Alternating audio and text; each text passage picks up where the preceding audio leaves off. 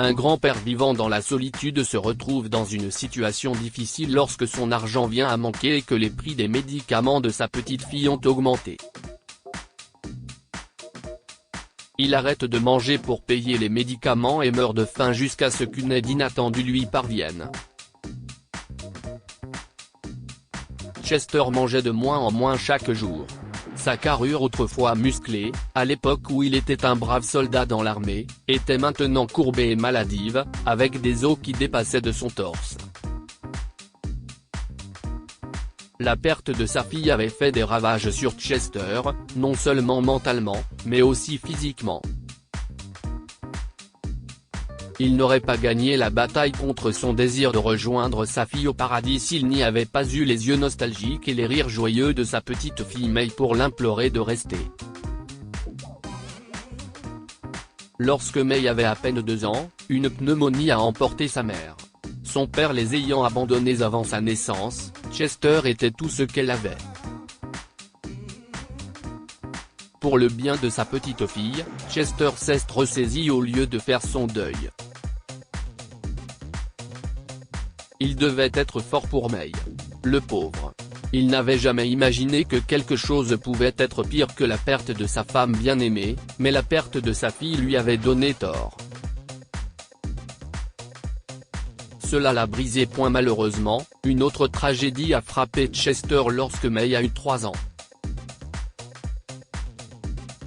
Un jour, elle s'est évanouie dans la cour de récréation et il l'a emmenée à l'hôpital. Il s'est avéré qu'elle était malade, très malade, et qu'elle avait besoin de ses médicaments pour tenir le coup. Je ferai n'importe quoi pour ma petite fille, docteur. Elle est ma vie, promet Chester. Mais les médicaments de May coûtaient cher et l'argent manquait. Chester a donc commencé à réduire sa facture de téléphone et le sens de sa voiture. Tout allait bien jusqu'à ce qu'un jour, il se rende à nouveau à la pharmacie. Ils ont augmenté le prix de 2 $, s'étonna Chester.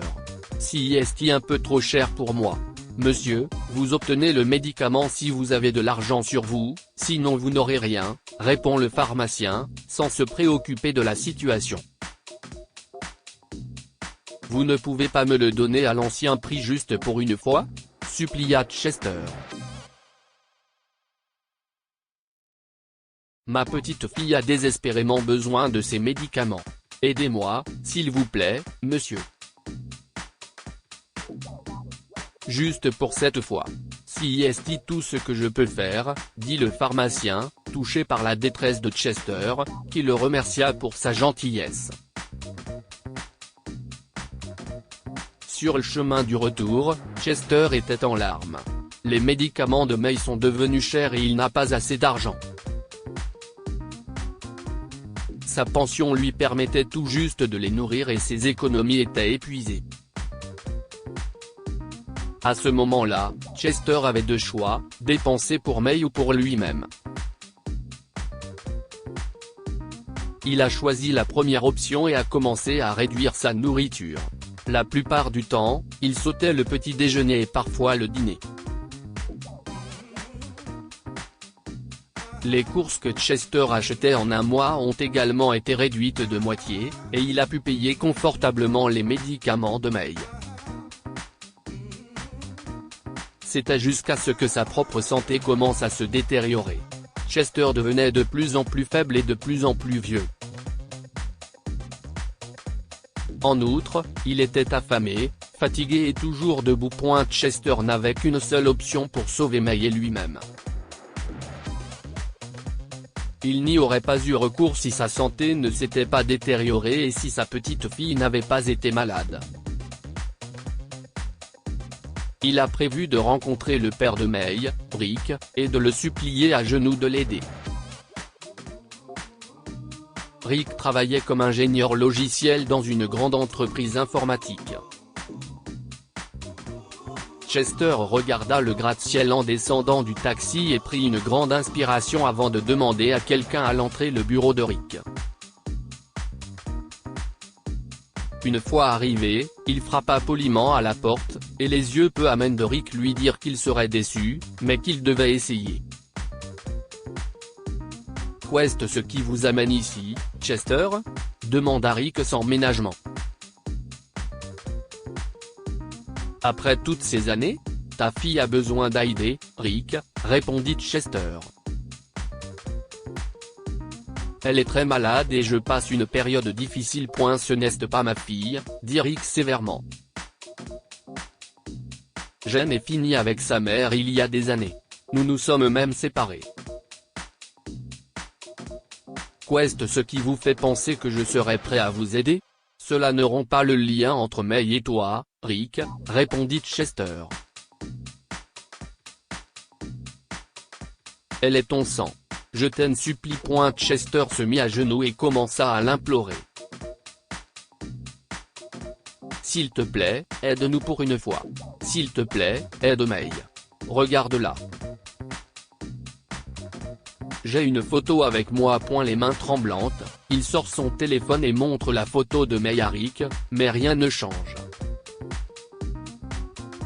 Rick refusa de l'aider. Vous devez être fou, Chester, pour penser que je vous aiderai. Sortez, a-t-il crié.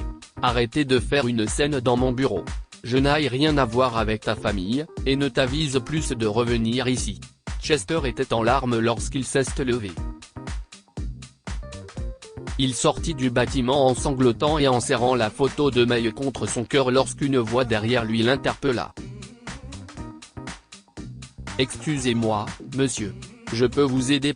Chester a essuyé ses larmes et s'est retourné pour voir un jeune homme qui se tenait derrière lui dans un costume coûteux, quelques années plus jeune que lui. Vous voulez bien ? Demanda Chester, impuissant. Pourquoi ? Parce que je le peux, monsieur, répondit-il. Que puis-je faire pour vous ? Ma petite fille, dit Chester en lui montrant la photo de May. Elle est malade. J'avais besoin d'aider pour lui acheter des médicaments. Son père travaille ici et monsieur, j'ai entendu ce qui s'est passé au bureau de Rick. Si je ne me trompe pas, vous êtes Chester. Oui, dit Chester.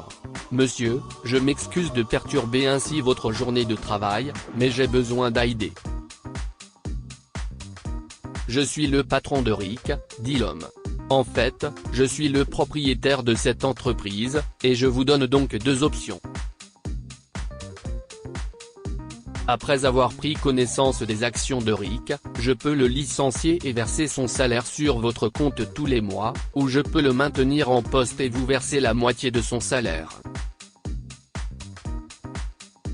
Je ne peux pas imaginer que quelqu'un puisse abandonner sa fille. J'ai élevé moi-même deux belles filles et je les ai chéries par-dessus tout. Alors, qu'en pensez-vous ? Après ce jour, Chester a reçu des fonds chaque mois sur son compte, et il a pu acheter les produits alimentaires et les médicaments dont il avait besoin.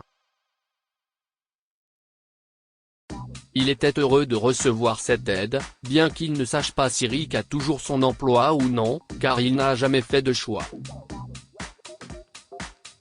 Il a conclu qu'il n'avait pas le droit d'en décider. Chester était simplement heureux qu'un ange lui envoie l'aide dont il avait besoin. Il était reconnaissant. Que pouvons-nous apprendre de cette histoire ? Il y a beaucoup de personnes bienveillantes dans le monde qui peuvent nous aider. L'aide que Chester a reçue en est un exemple. Un ange est intervenu pour lui alors qu'il avait besoin d'argent pour sa nourriture et les médicaments de May. Demandez de l'aide quand vous en avez besoin, et quelqu'un vous aidera certainement. L'appel à l'aide de Chester a été répondu de manière inattendue, et il a finalement reçu l'aide dont il avait besoin parce que des personnes gentilles et bienveillantes existent. Partagez cette histoire avec vos amis. Elle pourrait égayer leur journée et les inspirer.